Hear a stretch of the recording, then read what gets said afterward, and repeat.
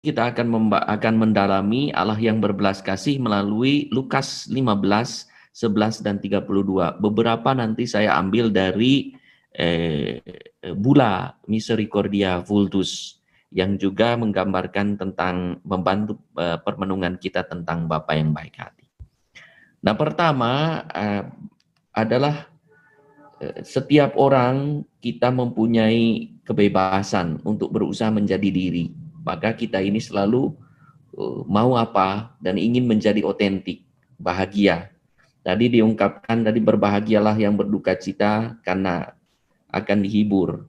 Berbahagialah itu juga semua deretan kata-kata bahagia dari Yesus adalah kata-kata untuk mengajak kita menjadi otentik sebagai murid Tuhan.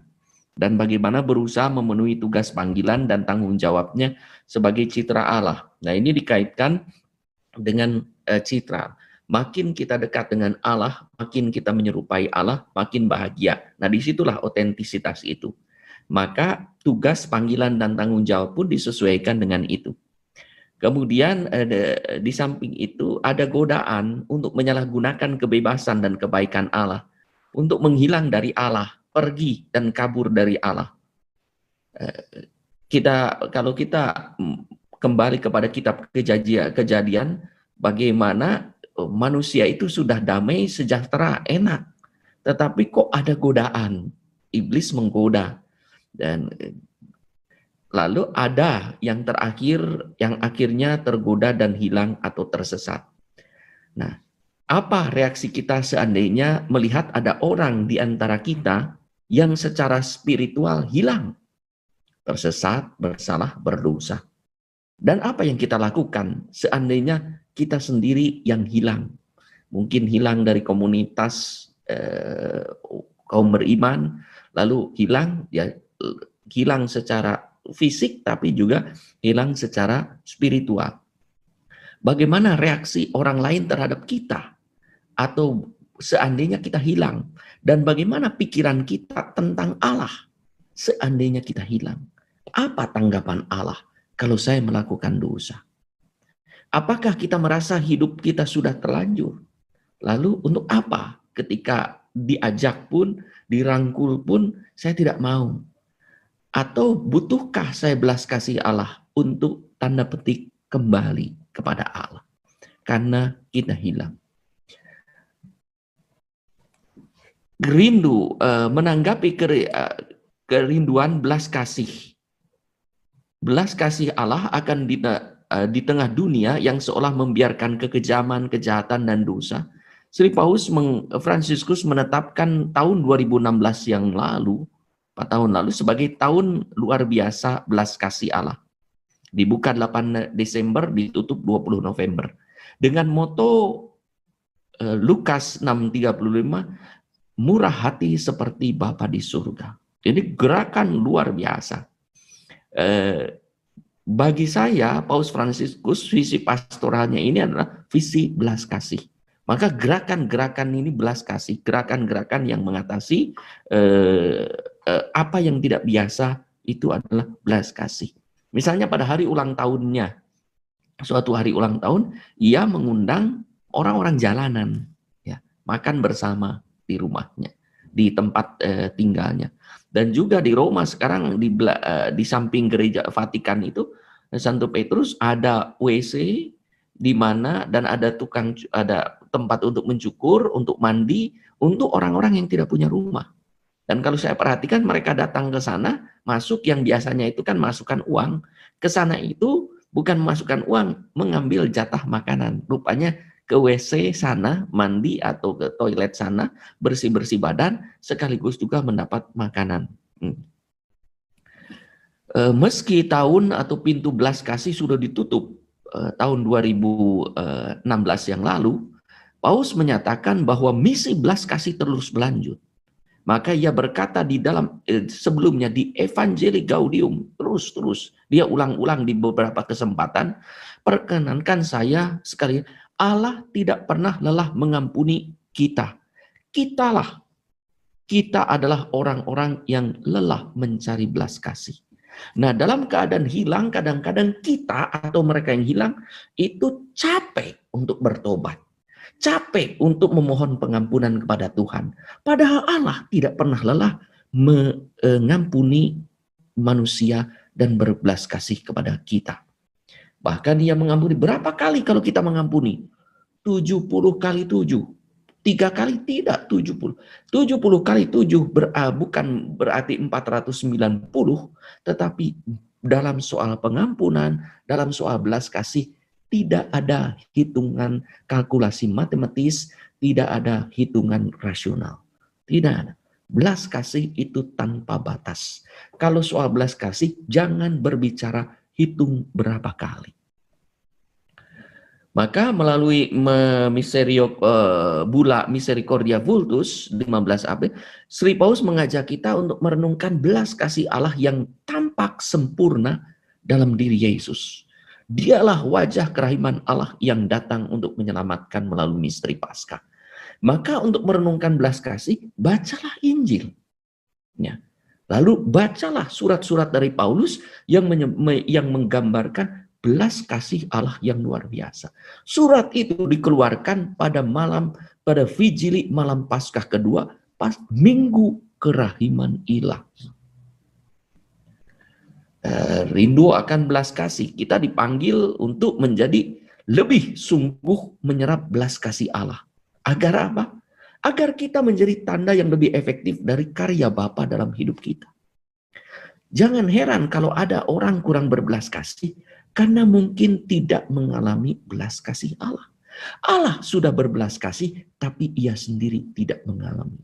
Contoh, orang yang baru saja mengaku dosa, diberi absolusi. Keluar dari uang pengakuan dosa, ada temannya atau saudaranya atau keluarganya yang berkata, saya minta maaf. Dia bilang, enggak bisa. Kamu minta maaf sekarang. Yang dulu bagaimana? Yang dulu bagaimana? Baru saja mendapat belas kasih, tetapi ia tidak mengalami belas kasih, maka ia tidak bisa berbelas kasih kepada orang lain.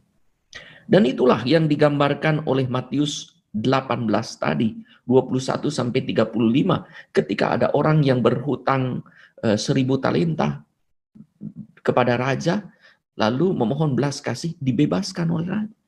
Tetapi ketika temannya berhutang 100 dinar saja, dicekik oleh temannya dan dijebloskan ke penjara. Berapa? 10.000 talenta dengan 100 dinar. 1 talenta saja sudah 6.000 dinar. Bisa dibayangkan berapa 1.000 talenta kalau dihitung dengan berapa dinar? Berapa dinar 6.000 talenta itu? Belas kasih itu adalah sumber sukacita. Maka orang yang punya belas kasih mengalami sukacita. Bukan hatinya yang penuh sukacita terekspresikan melalui wajah dan hidupnya. Belas kasih ini jembatan ilahi dan hukum dasariah setiap insan. Belas kasih adalah dasar dari kehidupan gereja. Ini beberapa kriteria atau ungkapan belas kasih dari Misericordia Vultus. Yesus mengungkapkan kodrat Allah sebagai seorang Bapa tidak pernah menyerah sebelum ia mengampuni yang salah dan mengatasi penolakan dengan kasih sayang serta belas kasih. Jadi Allah akan berusaha keras, ya, dan tidak akan berhenti usahanya sebelum manusia bertobat, sebelum kita bertobat. Seluruh tindakan Yesus adalah ungkapan belas kasih Allah, di mana ia selalu tergerak hatinya oleh belas kasih. Salah satu contoh saja, ketika ada banyak orang yang mengikuti, ya Yesus tahu lapar, tergerak hati oleh belas kasih. Dalam perumpamaan orang Samaria tergerak hatinya oleh belas kasih. Ketika mau menyembuhkan orang kusta, tergerak hatinya oleh belas kasih. Selalu tergerak hatinya oleh belas kasih. Belas kasih Allah adalah cara arah. Belas kasih tidak bertentangan dengan keadilan. Justru belas kasih itu harus dipadankan dengan keadilan. Demikian juga ya, kebenaran harus dipadankan dengan pengampunan. Kalau kebenaran tidak dipadankan dengan pengampunan, akan menjadi penghakiman. Demikian juga kalau keadilan kalau tidak dipadankan dengan belas kasih akan menjadi penghukuman. Disitulah belas kasih tidak bertentangan dengan keadilan.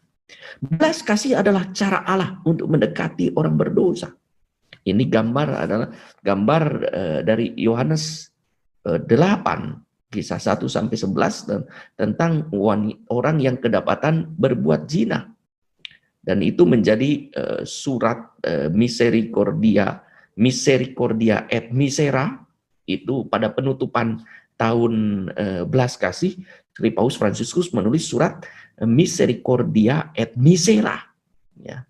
Dan justru misericordia itu kesengsaraan, belas kasih dan kesengsaraan. Justru belas kasih itu adalah terjadi ketika kita memiliki hati pada mereka yang bersengsara.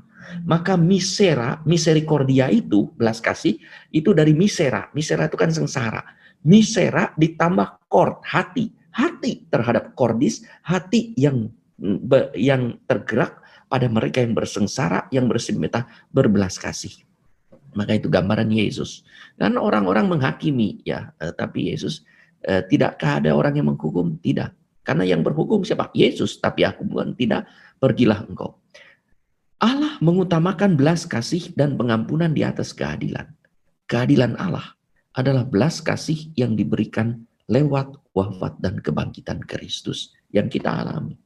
Yang misterinya diwariskan kepada kita melalui perayaan Ekaristi. Maka perayaan Ekaristi adalah perayaan belas kasih. Maka orang yang merayakan Ekaristi, ya, dengan sungguh akan mengalami mendapat belas kasih. Ketika Yesus mengatakan, inilah tubuhku yang dikorbankan bagimu. Inilah darahku yang dikorbankan bagimu. Lakukanlah ini sebagai kenangan akan aku. Inilah cintaku padamu. Belas kasih Allah yang luar biasa. Yang dikorbankan demi pengampunan dosa. Maka apakah kita rindu akan belas kasih Allah itu? Injil Lukas 1 sampai 15, bukan 11. 15 1 sampai 15 menampilkan 3 perumpamaan tentang belas kasih Allah. Domba yang hilang, dirham yang hilang, anak yang hilang. Dalam perumpamaan tentang dirham yang hilang, ya. Dirham yang hilang, yang hilang, tidak tahu dirinya hilang, dan tidak tahu jalan pulang. Jadi ada orang yang bersalah, berdosa, tersesat, hilang secara spiritual, tidak menyadari dirinya hilang. Tidak tahu dirinya hilang, maka tidak tahu dirinya hilang. Maka susah mencari uang yang hilang. Karena tidak bisa berbunyi, tidak bisa memanggil, karena dia juga dia diam saja. Kita cari kemana-mana susah, sudah berhari-hari tidak ada, ternyata ada di bawah kursi, terselip. Dirham yang hilang. Sedangkan domba yang hilang tahu dirinya hilang, tetapi tidak tahu jalan pulang. Maka ia mengembik. Ya, nah, lebih mudah mencari domba yang hilang daripada dirham yang hilang. Domba yang hilang terdengar suaranya karena dia tahu hilang, tersesat, ingin pulang, tetapi tidak tahu jalan pulang. Kisah anak yang hilang, tahu dirinya hilang, sadar dirinya hilang, dan tahu juga jalan pulang, maka ia segera pulang. Belas kasih disajikan sebagai daya yang mengalahkan segalanya. Memenuhi hati dengan kasih, membawa penghiburan lewat pengampunan. Belas kasih yang adalah kunci tindakan Allah pada kita menjadi kriteria anak Bapa yang benar dalam kepedulian pada sesama. Itu Matius 18, 33, 35, itu yang tadi saya kisahkan tentang orang yang berhutang 10.000 talenta diampuni, tetapi temannya hutang 100 dinar tidak diampuni. Saya akan membacakan Injil Lukas 15, 11 sampai 32. Silahkan mengikuti. Yesus berkata, ada seorang mempunyai 2 anak laki-laki. Kata yang bungsu kepada ayahnya, "Bapa, berikanlah kepadaku bagian harta milik kita yang menjadi hakku. Lalu ayahnya membagi-bagikan harta kekayaan itu di antara mereka. Beberapa hari kemudian anak bungsu itu menjual seluruh bagiannya itu lalu pergi ke negeri yang jauh. Di sana ia memboroskan harta miliknya itu dengan hidup berfoya-foya. Setelah dihabiskannya semuanya, timbullah bencana kelaparan di dalam negeri itu dan ia pun mulai melarat. Lalu ia pergi dan bekerja pada seorang majikan di negeri itu. Orang itu menyuruhnya ke ladang dan untuk menjaga babinya. Lalu ia ingin mengisi perutnya dengan ampas yang menjadi makanan babi. Tetapi tidak seorang pun memberikannya kepadanya. Lalu ia menyadari keadaannya, katanya, betapa banyaknya orang upahan Bapakku yang berlimpah-limpah makanannya. Tetapi aku di sini mati kelaparan. Aku akan bangkit dan pergi kepada Bapakku dan berkata kepadanya, Bapa, aku telah berdosa terhadap surga dan terhadap Bapa. Aku tidak layak lagi disebut anak Bapa. Jadikan aku sebagai salah seorang upahan Bapa. Maka bangkitlah ia dan pergi kepada bapaknya. Ketika ia melihat ia masih jauh, ayahnya telah melihatnya. Lalu tergeraklah hatinya oleh belas kasihan. Ayahnya itu berlari dan mendapatkan dia, lalu merangkul dan mencium dia. Kata anak itu kepadanya, Bapa, aku telah berdosa terhadap surga dan terhadap Bapa. Aku tidak layak lagi disebutkan anak Bapa. Tetapi ayah itu berkata kepada hamba-hambanya, lekaslah bawa kemari jubah yang terbaik, pakaikanlah itu kepadanya, dan kenakanlah cincin pada jarinya dan sepatu pada kakinya. Dan ambillah anak lembu tambun itu, sembelihlah dia, dan marilah kita makan dan bersuka cita, sebab anakku ini telah mati dan menjadi hidup kembali. Ia telah hilang dan didapat kembali. Maka mulailah mereka bersukaria. Tetapi anaknya yang sulung berada di ladang, dan ketika ia pulang dan dekat ke rumah, ia mendengar bunyi seruling dan nyanyian tari-tarian. Lalu ia memanggil salah seorang hamba dan bertanya kepadanya, apa arti semuanya itu? Jawab hamba itu, adikmu telah kembali dan ayahmu telah menyembelih anak lembu tambun karena ia mendapatkannya kembali dengan sehat. Maka marahlah anak sulung itu dan ia tidak mau masuk. Lalu ayahnya keluar dan berbicara dengan dia. Tetapi ia menjawab ayahnya, katanya, telah bertahun-tahun aku melayani Bapa dan belum pernah aku melanggar perintah Bapa. Tetapi kepadaku belum pernah Bapa memberikan seekor anak kambing untuk bersukacita dengan sahabat-sahabat. Tetapi baru saja datang anak Bapa yang telah memboroskan harta kekayaan Bapa bersama-sama dengan pelacur-pelacur. Maka Bapa menyembelih anak lembu tambun itu untuk dia. Kata ayahnya kepadanya, anakku, engkau selalu bersama-sama dengan aku, dan segala kepunyaanku adalah kepunyaanmu. Kita patut bersukaria, bersukacita, dan bergembira, karena adikmu telah mati dan menjadi hidup kembali. Ia telah hilang dan didapat kembali. Demikianlah Injil Tuhan. Saudara-saudari yang terkasih, kita lihat gambar dari lukisan Rembrandt, luar biasa. Ya. Itu ada anak hilang, digambarkan hanya memiliki satu sepatu. Sudah sepatunya dilepas, sudah rusak hanya satu. Dan itu sudah rusak luar biasa. Dan bagaimana jubahnya juga luar biasa rusak. Dan ayahnya itu digambarkan seperti gambar-gambar Allah Bapa, di mana ada gambar-gambar suci. Dan itu ada orang-orang yang mengadili ya di sana, memandang tidak senang atas kejadian itu. Kita lihat satu persatu. Dari konteks dari teks itu adalah anak hilang, ya, konteks dari teks anak hilang. Itu belas kasih Allah yang selalu mencari. Yesus mau mengajarkan belas kasih Allah yang luar biasa. Karena belas kasih Yesus itu ditentang oleh mereka. Maka melalui dua perumpamaan itu, perumpamaan domba hilang, perumpamaan dirham, kita lihat lagi ya.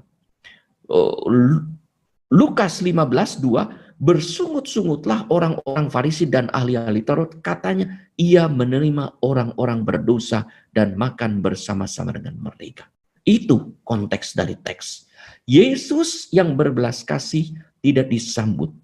Orang Farisi dan ahli Taurat yang tahu kitab suci dan tahu tradisi tidak memberi kesempatan kepada orang bertobat. Kalau kita ingat Lukas 19 tentang Zakius 1-10, pada akhir perikop itu Yesus berkata, Anak Manusia datang untuk mencari dan menyelamatkan yang hilang. Maka dalam kisah Lukas juga ketika makan bersama dengan pemungut cukai, dikomentari ia berkata, aku datang untuk mencari orang yang berdosa, bukan orang yang saleh. Bagikan seorang dokter, bukan datang untuk seorang yang sehat, tetapi untuk orang yang sakit. Ada kisah ini mirip tentang kisah mirip tentang belas kasih Allah. Kita lihat misalnya ini juga karena peristiwa ini itu Lukas 7:36 Yesus diurapi oleh perempuan berdosa. Wanita berdosa berlutut di depan Yesus. Tetapi orang Farisi berkata, jika ia nabi, tentu ia tahu siapakah dan orang apakah perempuan yang menjamahnya itu. Tentu ia tahu bahwa perempuan itu adalah seorang berdosa. Justru Yesus tahu bahwa ia adalah seorang berdosa. Maka ia memberikan belas kasih dengan membiarkan dirinya diurapi dan ditetesi tangisan air mata tobat. Maka ia bersimpuh berlutut di kaki Yesus. Marta dan Maria juga duduk dekat kaki Yesus. Anak yang hilang duduk dekat kaki bapaknya, bersimpuh dan berlutut menerima belas kasih. Anak kualat, kita lihat. Anak itu tiba-tiba meminta warisan. Dengan meminta warisan mengharapkan ayahnya mati. Karena warisan baru diberikan kalau ayahnya sudah meninggal. Dengan meminta warisan selagi ayahnya hidup, berarti ia mengharapkan ayahnya mati. Dan yang menarik, berikan hakku. Ayahnya sebetulnya bisa berkata, apa? Hakku? Hakku siapa? Itu milikku, hasil jerih payahku, bukan hakmu. Untuk memberikan kepadamu itu adalah hakku. Aku mau memberikan atau tidak pun adalah hakku. Maka pernah juga saya mendengar ada ayah, ada orang tua yang menulis surat warisan bukan kepada anak kandungnya karena ia tidak berkenan kepada anak kandungnya, tetapi disumbangkan untuk kegiatan atau lembaga sosial bahkan ke gereja karena ia merasa anakku bukan lagi anakku karena ia tidak sesuai dengan harapanku. Ini luar biasa ya, minta dibagi saja. Anak kualat menolak realitas relasi ayah dan anak.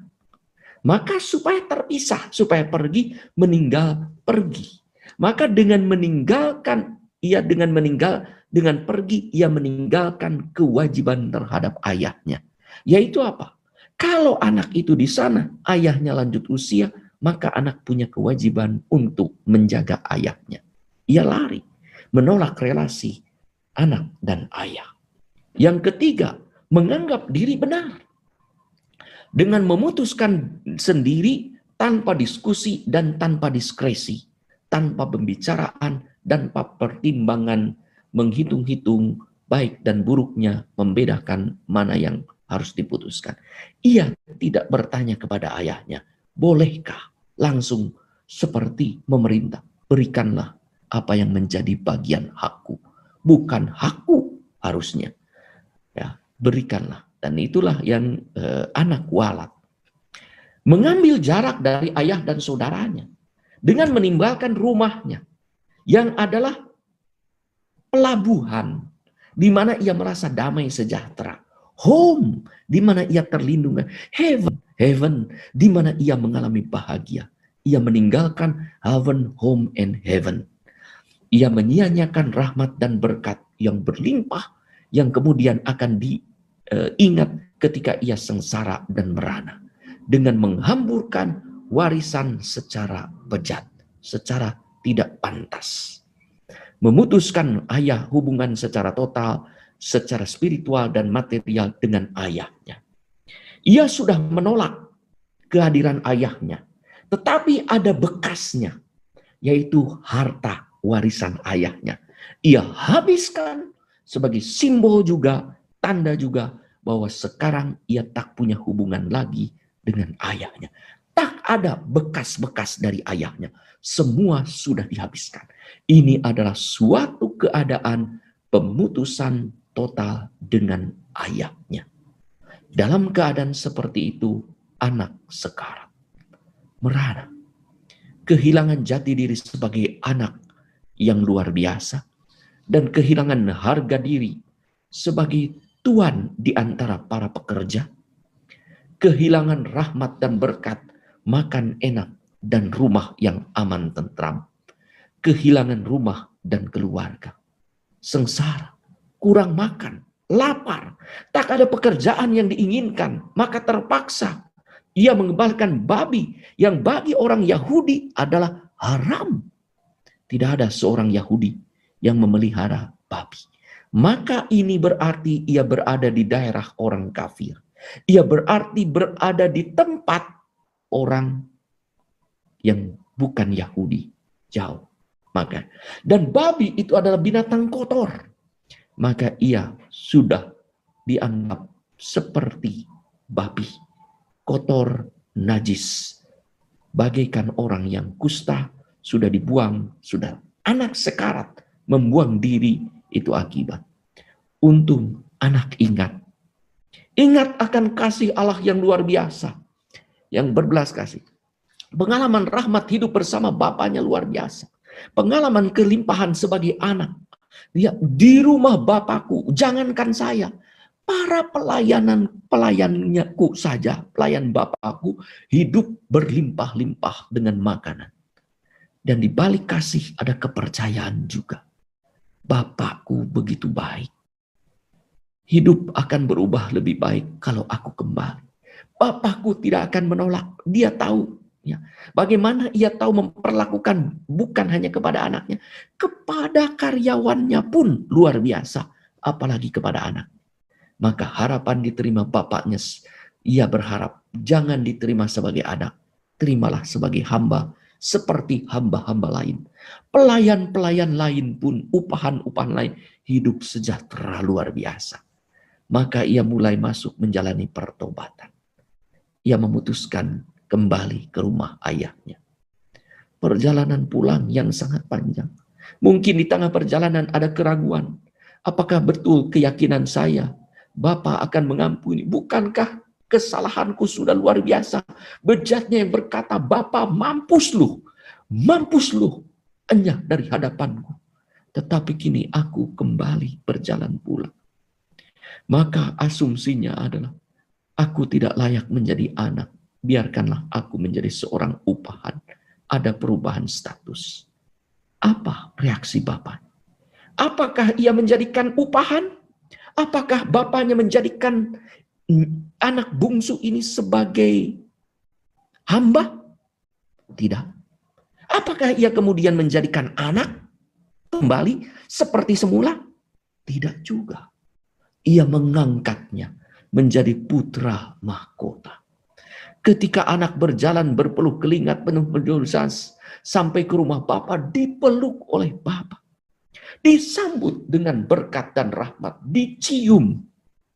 Dan rumahnya pun kini menjadi tempat selamatan. Ada sukacita. Kita patut bersukacita dan bergembira.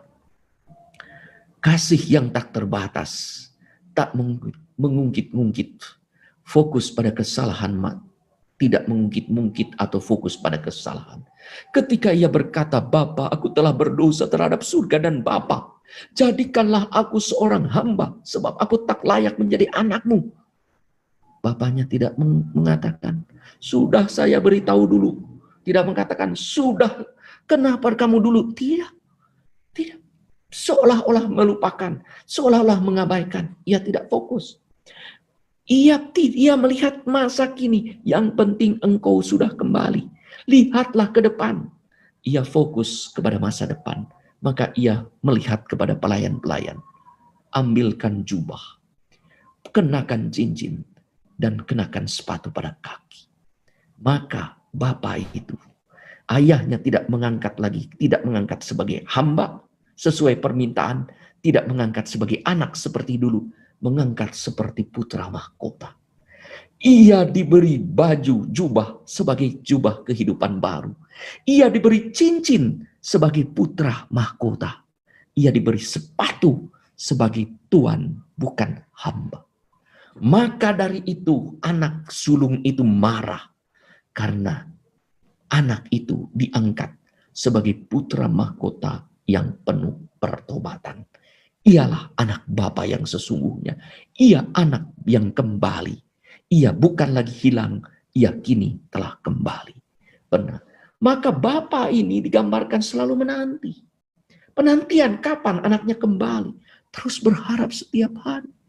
Ketika bapaknya pergi, anaknya pergi, bapaknya melihat. Membawa warisan, melihat. Bapaknya berharap, "Nak, kembalilah. Nak, kembali." Ada satu puisi Polandia yang sangat bagus. Yang menceritakan belas kasih Allah dengan bagus luar. Digambarkan dalam puisi itu, Allah itu hidup di dalam hati manusia. Ketika manusia berdosa, manusia itu berkata, "Allah, pergilah daripadaku, aku tidak butuh engkau. Pergi, pergi." Dan waktu diusir, Allah akan pergi. Satu langkah. Ketika diusir pergi, ia menengok ke belakang, menengok kepada kita dengan harapan dipanggil. Tapi begitu menengok kita, berkata lagi dengan dosa kita, "Pergi sana." Allah melangkah satu lagi. Pergi, melangkah dua lagi. Satu langkah lagi, sambil menengok dengan harapan. Dan dosa manusia menyebabkan mengusir Allah makin jauh. Setiap kali berdosa, satu langkah, satu langkah, satu langkah, satu langkah. Tetapi setiap kali satu langkah diusir manusia, Allah menengok dengan harapan dipanggil manusia. Begitu dipanggil oleh manusia yang sengsara dan merana, sekarat, "Tuhan, kembalilah, maafkan." Allah akan berlari sekuat tenaga dan memeluk anak itu. Memeluk kita yang berdosa. Belas kasih Allah tidak menghitung kesalahan kita. Allah melupakan dosa kita. Dan itulah Bapa yang berlari. Saat melihatnya kembali, ia berlari secepat mungkin untuk memeluk anak yang berjalan perlahan. Anak berjalan perlahan, pertobatan berjalan perlahan, sambutan belas kasih berlari luar biasa. Gambaran Allah ketika kita bertobat mau menyesal pun, Allah sudah ada di depan kita, sudah ada dalam hati kita. Ketika kita masih ragu-ragu, ia sudah berlari menghampiri kita. Saat harapannya terpenuhi, ia bersuka cita. Saat anaknya kembali, ia serasa muda kembali, gairah hidup. Maka ia berbaru. Sukacita karena hidup anaknya. Memeluk dan membuat pesta. Memberi jubah, memberi cincin, sepatu. Membuat pesta, memotong sapi, kurban syukur kepada Allah Bapa di surga. Dan perjamuan sukacita. Pertobatan itu menyebabkan surga ada perjamuan. Ada sukacita di surga. Maka Yesus hanya satu orang yang bertobat saja akan ada sukacita di surga yang luar biasa. Anak sulung marah. Dia berkata, anak sulung ini bukan orang jahat. Ia bekerja luar biasa. Ya, membanting tulang demi ayahnya, memberi energi, tapi sayang tak memberi hati, sehingga mengharapkan materi. Saya tidak pernah mendapat kambing seekor pun untuk berpesta dengan teman-teman, bukan dengan bapaknya, tetapi dengan teman-temannya. Ya. Ia tidak mengalami sukacita. Ia menjadi hamba. Bagus. Paulus juga berkata, aku hamba Allah. Bagus menjadi hamba. Ya, melayani Tuhan. Tapi relasinya harus relasi putra. Ia tidak mengalami sebagai putra.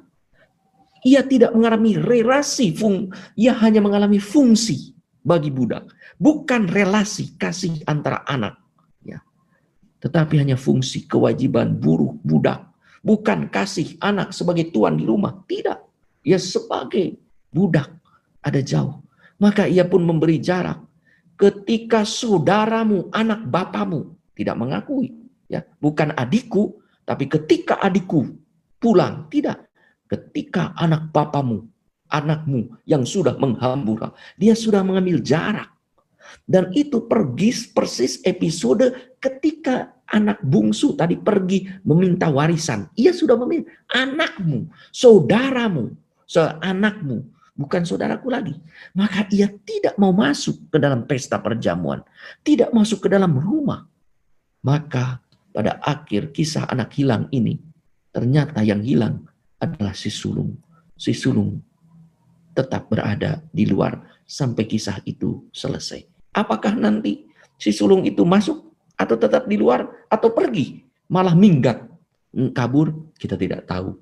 Tapi cerita berakhir di situ, si sulung tidak mau masuk. Bapaknya merayu berkali-kali, tetapi tidak masuk.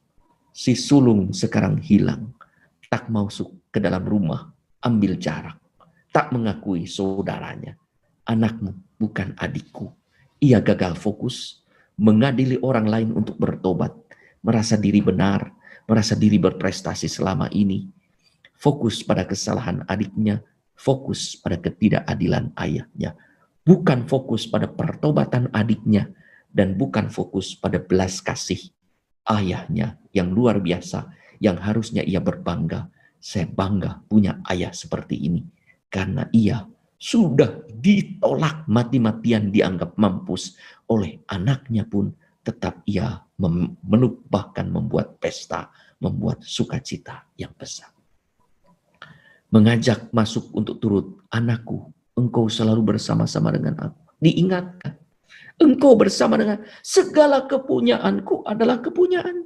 Apa yang kamu alami selama ini? Ya. Hidup sepertinya hidup baik, tapi kamu menderita. Kamu tidak mengalami sukacita. Bukankah apa yang kumiliki semua milikmu? Kita patut bersukacita dan bergembira karena adikmu telah mati dan menjadi hidup kembali. Diingatkan itu adikmu, bukan anakku saja, tapi saudaramu. Ia telah hilang dan didapat kembali. Saudara-saudari yang terkasih, tobat. Dalam katekismus ada berapa unsur, bagus sekali. Tobat itu adalah satu penataan baru seluruh kehidupan. Maka anak hilang itu kan menata kembali hidup baru. Setelah sengsara, merana, ya, lalu sekarat, ia menata kembali. Satu langkah balik, maka dia balik. Maka pertobatan kepada Allah dengan segenap hati, melepaskan dosa, dan ia tidak akan minta hak, minta warisan lagi, karena warisan sebetulnya sudah diminta. Berpaling dari yang jahat. Ya. Lalu itu, selain itu membawa kerinduan, mengubah kehidupannya, serta harapan atas belas kasih ilahi dan bantuan roh. Pertobatan itu diiringi dengan kesedihan yang menyelamatkan. Bukan penyesalan yang membuat diri tanpa sukacita, itu bukan tobat. Tobat itu membuat sukacita. Kesedihan yang menyelamatkan. Kepiluan yang menyembuhkan, itu tobat. Ya. Maka orang bertobat menangis air tetesan penyesalan dan sukacita karena mengalami belas kasih Allah yang luar biasa. Dalam Dives in Misericordia, ini dokumen lebih awal dari Yohanes Paulus kedua, mengatakan Paulus, budaya masa kini melupakan belas kasih. Kedua, pemakluman dan kesaksian membelas kasih masa kini perlu. Maka gereja menjadi otentik saat mengakui dan memaklumkan belas kasih. Saya pernah didatangi seorang yang berdosa terus, ya, mengaku dosa terus, dia mengatakannya. Lalu waktu mau datang lagi, waktu saya menjadi imam, pastor, Saya percuma mengaku dosa lagi. Saya tidak mau mengaku dosa lagi. Karena saya berdosa terus. Saya berkata, gereja bukanlah tempat para malaikat. Gereja tempat orang berdosa. Kalau gereja hanya tempat para malaikat, bukan lagi gereja. Itu surga. Justru gereja tempat orang-orang berdosa yang bertobat, yang membutuhkan berkat dan rahmat ilahi, agar ia pun menjadi saluran berkat Allah. Gereja menjadi otentik saat memaklumkan belas kasih Allah. Maka gereja, belas kasih adalah denyut jantung ilahi yang dengan caranya sendiri harus meratip setiap hati dan pikiran setiap orang. Maka agar gereja dapat dipercaya, gereja harus menunjukkan belas kasih. Maka untuk menarik komunitas kita, gereja kita, belas kasih. Ya. Gereja hidup mengantar pada orang pada Bapa melalui sentuhan belas kasih. Gereja dipanggil untuk menjadi oasis belas kasih.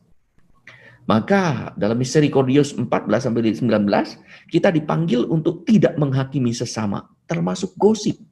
Ya. Gosip itu bagi Paus itu adalah merusak masa depan seseorang, menghabisi hidup seseorang, ibarat tanda petik membunuh karakter seseorang, membunuh hidup seseorang. Kita dipanggil menjadi alat belas kasih Allah. Belas kasih atau kemurahan hati kita, Allah, kita mengalami betapa Allah mengasihi kita. Kita diajak untuk membuang sikap sinis yang menghancurkan.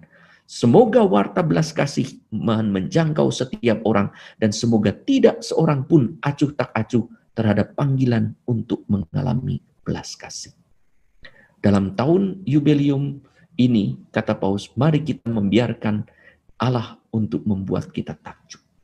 Mari setiap tahun, setiap hari membiarkan Allah untuk kita takjub.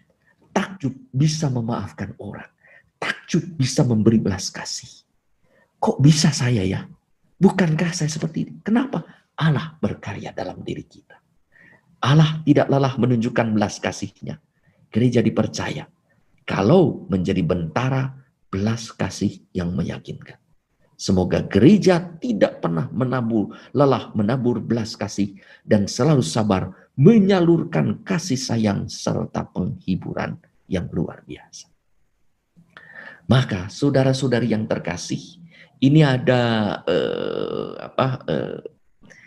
karya belas kasih, ada karya belas kasih rohani, ada karya belas kasih badani, ya, seperti memberi makan orang lapar, orang haus, atau seperti juga menghibur orang yang menderita atau mengajar orang yang tidak tahu, itu juga. Maka sebagai ajaran terakhir marilah kita mengalami belas kasih Allah yang luar biasa, dan setelah itu marilah kita menjadi saluran belas kasih dan rahmat Allah. Ya. Marilah membuat gereja itu selalu menjadi tempat belas kasih dan harapan, di mana setiap orang disambut, dikasihi, dan diampuni. Kita telah melakukan belas kasih, rahmat belas kasih dititipkan kepada kita, dan kita juga diajak untuk menjadi a dispenser of mercy and grace. Sekian, terima kasih, Tuhan memberkati.